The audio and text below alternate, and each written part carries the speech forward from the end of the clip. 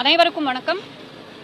நம்ம claim the night ப்ரொட்டஸ்ட்டுக்கு இன்றைக்கி நமக்கு சப்போர்ட்டாக வந்திருக்கிற அத்தனை ப்ரெஸ் மீடியா காவல்துறை நண்பர்களுக்கு ரொம்ப நன்றி.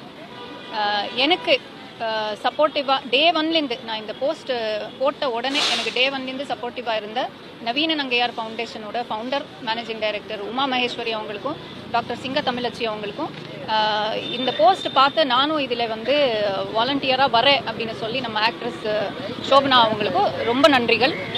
இது என்னோட ப்ரொட்டஸ்ட் கிடையாது, இது நம்ம நாட்டில் இருக்கிற ஒவ்வொரு பெண்ணுக்கும் ஒரு குரலாகி நம்ம இங்கே பேசிட்டு இருக்கோம். இங்கே வந்திருக்கிறவங்களுக்கு ரொம்ப நன்றி. அண்ட் இந்த ப்ரொட்டஸ்ட்லேயே நீங்கள் பார்த்தீங்கன்னா பெண்கள் எவ்வளோ இருக்காங்களோ அதுக்கு மேலே ஆண்கள் வந்திருக்காங்க. தெரிஞ்சவங்க தெரியாதவங்க பப்ளிக்கில் இந்த ப்ரொட்டஸ்ட் நடக்குதுன்னு பார்த்து ஜாயின் பண்ணவங்க நிறைய பேர். ஸோ நம்ம பெண்களுக்கு சேஃப்டி வேணும், பெண்கள் பாதுகாப்புக்காக நம்ம பேசுகிறோன்றது ஆண்களுக்கு எதிராக பேசுகிறோன்றது அர்த்தம் கிடையாது. ஸோ நம்ம இன்னைக்கு ப்ரொட்டஸ்ட் பண்ணுறது தொடர்ந்து rapes, sexual assault, sexual abuse இந்த மாதிரி தொடர்ந்து ஒரு நாளுக்கு ஒரு 10 கேசஸ் நம்ம கேட்டிருக்கோம், கேள்விப்பட்டிருக்கோம். இனி இங்கேருந்து வீட்டுக்கு போகிறதுக்குள்ளே இன்னொரு 10 கேசஸ் இந்த மாதிரி நடக்கும். எதனால இப்படி எல்லாம் நடக்குது? இப்படி ஒரு பாதுகாப்பு இல்லாத ஒரு நாட்டில் நம்ம வாழ்கிறோம் அப்படின்னா எதுக்கு நமக்கு அரசாங்கம், நம்ம கவர்மெண்ட்டு, டேக்ஸு, ரூல்ஸு இதுக்கெல்லாம் என்ன அர்த்தம் அப்படின்ற ஒரு மிகப்பெரிய கேள்விக்குறி எனக்கு வந்திருக்கு.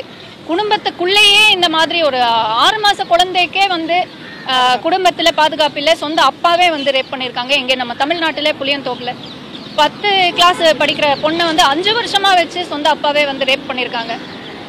13 ஸ்கூல் குழந்தைங்களை ப்ரெக்னென்ட்டே ஆக்கியிருக்காங்க. நம்ம கிருஷ்ணகிரியில் நடந்த இன்சிடெண்ட்டு இதெல்லாம் ஒரு வாரத்தில் நடந்த விஷயங்கள் நான் சொல்கிறேன். நம்ம கோல்கட்டாவில் நடந்த நம்ம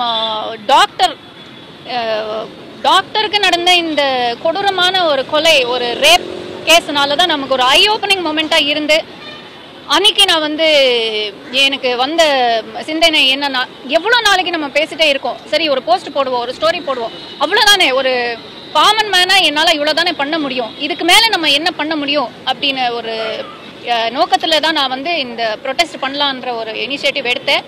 ஆனால் என்ன மாதிரி ஆயிரக்கணக்கான மக்களுக்கு இதே மாதிரி ஒரு கன்சர்ன் இருக்குது.